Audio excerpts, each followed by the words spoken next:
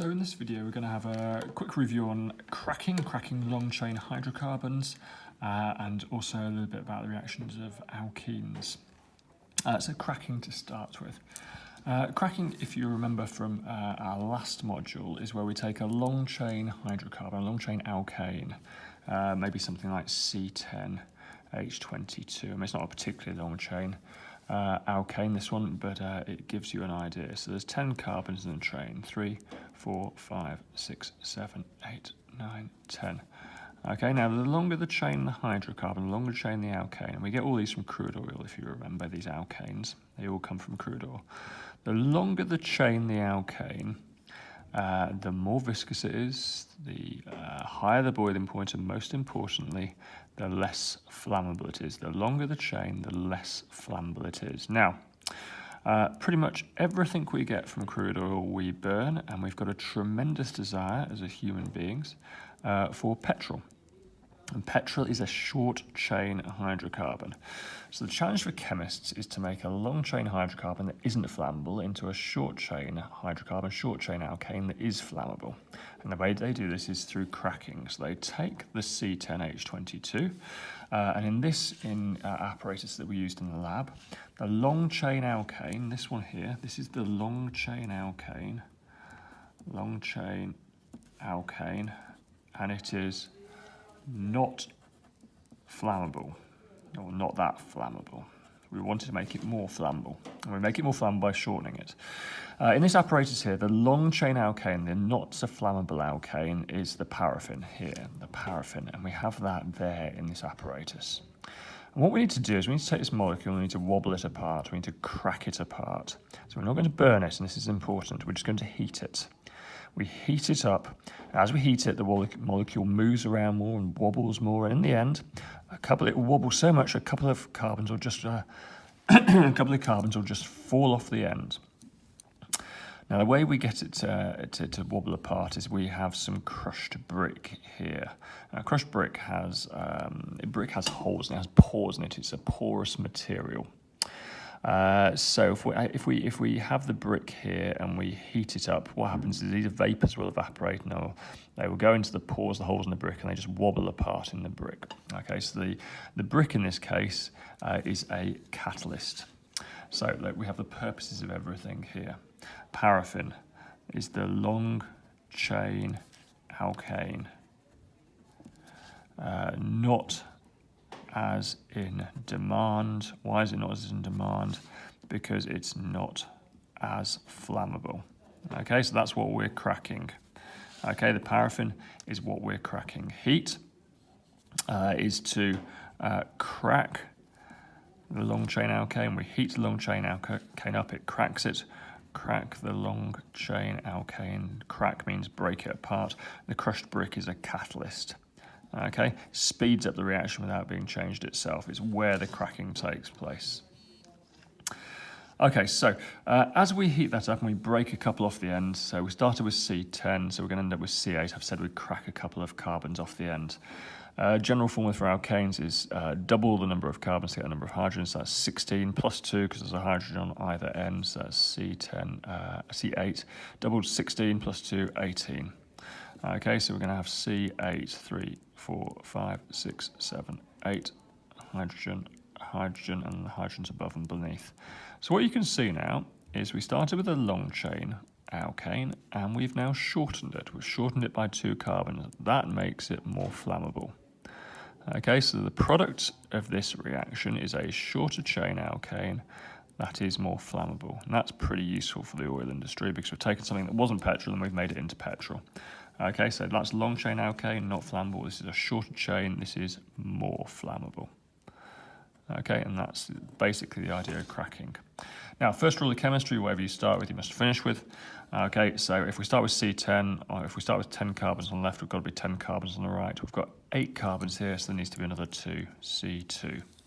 Okay, 22 hydrogens on the left, 18 hydrogens on the right, so we're 4 short, so there's got to be 4 here, H4. Okay, so the other hydrocarbon that is made, okay, is not an alkane, because if you look at it, if I draw it out as if it is an alkane, C2H4, The carbons do not have enough bonds. Carbon wants to form 4 bonds. 1, 2, 3. There's only 3 in this case. So to make this 4th bond, we end up with a double bond. This is an alkene. Okay, now it's a very short chain.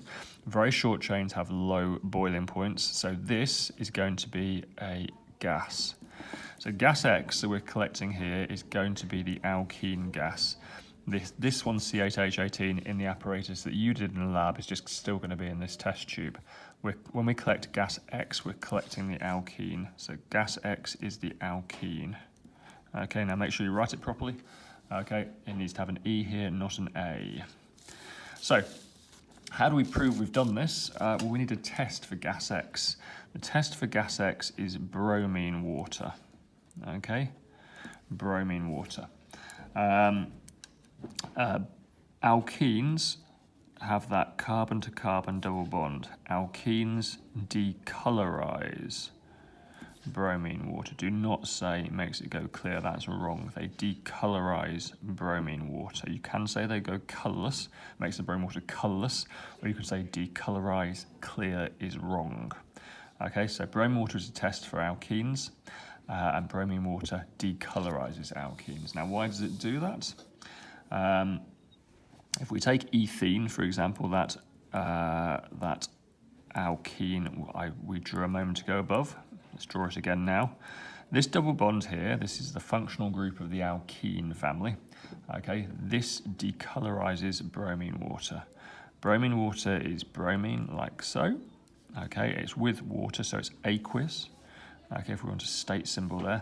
The bromine adds onto this double bond here. So this double bond springs open. Let's draw this double bond sprung open. Okay. So there are the hydrogens around it. Okay. And it's sprung open. Now this bond that's now opened up takes a bromine each. Okay. So let's just be clear. That's colourless. That's brown. I was going to try bromine then. That's brown, and when it reacts to make this is colourless. That's why the bromine water goes colourless, because it was brown over here, but the product is colourless. Okay. Now on the next page, there's lots of other examples of those that you can do to your heart's content. Just quick summary down here. Explain how bromine water is used to distinguish between alkanes and alkenes. Alkanes, okay, the bromine water stays brown. Alkenes, the bromine water goes colourless. Now that gets tested, or seems to get tested, every year. Very important. Okay, next page. Of course, what we do mainly with hydrocarbons is we burn them. So most hydrocarbons we burn as fuel, assuming complete combustion. The products of complete combustion are always carbon dioxide and water. So we've just got some burning, some oxidation reactions for you to do balanced equations for here. Ethane, C2H6. To do these, you need to know your formulas of alkanes and alkenes. You can go back a few pages and research those to your heart's content. They react with oxygen, so it's O2. They make carbon dioxide and water. As so, 2 carbons on the left, we need 2 carbons on the right. 6 hydrogens on the left, we need 3 times 2 is 6 hydrogens on the right. Oxygens now, 2 on the left, but we've got 2 times 2 is 4 there, and those 3 there make 7. Okay, so O2, 3.5 times 2 is 7, that's right, 3.5 there, like so. That would now be balanced, but of course you can't have halves. How do you get rid of a half? You multiply by 2, okay? So we need to multiply everything here by 2. There's a 1 before that at the moment. 1 times 2 is 2. 3.5 times 2 is 7, so that's going to be 7 there. 2 times 2 is 4, that's going to be a 4 there, and 3 times 2 is 6. Okay, that is that equation balanced. Okay, that's ethane. Let's choose a different one down here, propene. Okay, so C3H6, that's a form of propene, plus oxygen, it makes carbon dioxide and water. Okay, so let's do this one again. So 3 carbons here, 3 carbons there. H6, so 6 hydrogens there, 3 times 2 is 6 there. Right, so oxygens again, 3 times 2 is 6, plus 3 is 9. So that's going to be 4.5 there.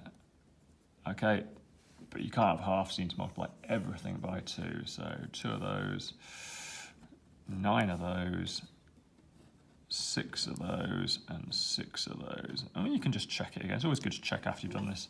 2 times 3 is 6, 6 carbons. 2 times 6 is 12. 6 times 2 is 12 oxygens. Sorry, start again.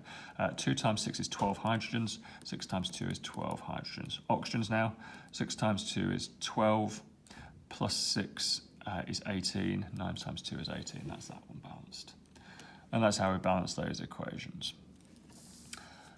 In any of these reactions, if any of these reactions they were incomplete combustion, give 2 different products that might be produced. Well, 2 different products are incomplete combustion, not complete combustion. Well, not complete combustion is when the carbon doesn't fully oxidize. So carbon monoxide is one, because if it were fully oxidized, it would be carbon dioxide, and carbon without any oxygen at all is the other, and that's soot. So that's carbon solid, soot. This is carbon monoxide gas. Okay, and they are the products of incomplete combustion. Neither are desirable. Carbon monoxide is a toxic gas, binds to hemoglobin in the body, thus starving the body of oxygen, kills people. And carbon solid, that's particulate, is a solid, and if that gets into the lungs, it can cause lung issues and breathing problems. So neither of those are desirable. Complete combustion is much better, which is why flammable fuels are so much better than not so flammable fuels.